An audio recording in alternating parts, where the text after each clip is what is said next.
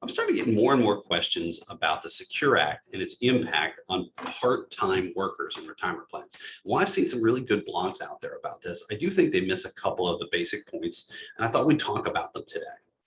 So what does a part-time person really mean in the retirement plan context? What is a part-time employee?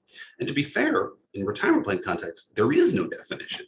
You see, Congress has actually sort of opened a weird sort of can of worms that never really existed before in the retirement plan universe.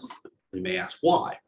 Well, I get a lot of questions about this first and from lawyers because in health and welfare benefits, anybody who works less than 30 hours a week can be excluded and be considered part-time and thus excluded from the health and welfare plan.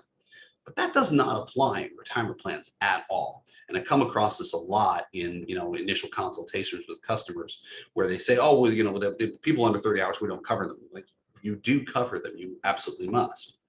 The question is how do you cover them? And how do you go about their eligibility provision? You see, in a retirement plan, first of all, and this is a very key point, your eligibility provision, the maximum basic standard eligibility provision is a year of service. There's a couple nuances to that, but basically that's what it is.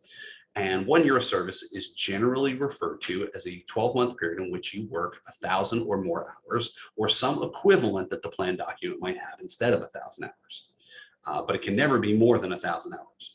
And that works out to roughly 20 hours per week.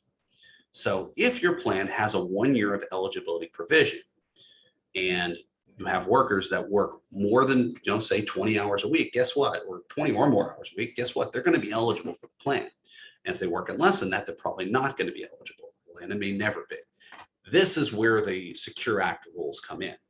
You see, if you have workers that are putting in more than 500 hours a week, but less than 1,000, and you have this 1 year of service requirement, well, guess what? The new SECURE Act says, hey, these part-time employees that are putting in regular amounts of hours, but maybe never meet 1,000 hours, well, we need to cover that. We need employers to cover them in their retirement plans. And so what it then says is if you've got employees who work 500 or more hours, but less than 1,000 for 3 consecutive plan years, and that plan year started in 2021, 2022, 2023, guess what? In 2024, you have to cover them. Now, what if your plan document has an eligibility provision that's less than 1,000 hours? So let's say we provide 3 months of service or 6 months of service or 90 days or something like that. Well, guess what?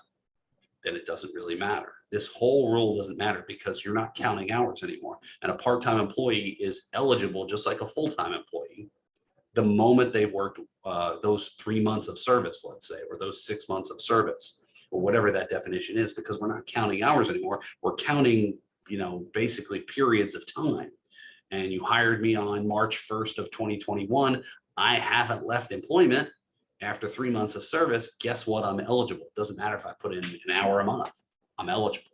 And that is where I'm getting the biggest questions on this. This rule only really applies to plans that are counting hours of service. So the new SECURE Act rules, if you're counting hours of service, you've got a 1 year eligibility provision, you need to start looking at those part-time employees that you've defined that are working 500 or more hours of service, because you might have to cover them in 2024. And if their new SECURE Act 2 passes, it might even be faster than that. However, if you're not counting hours and you don't have a classification of employees that's excluded from the plan altogether, you should be including these, what you call the part-time employees in the plan.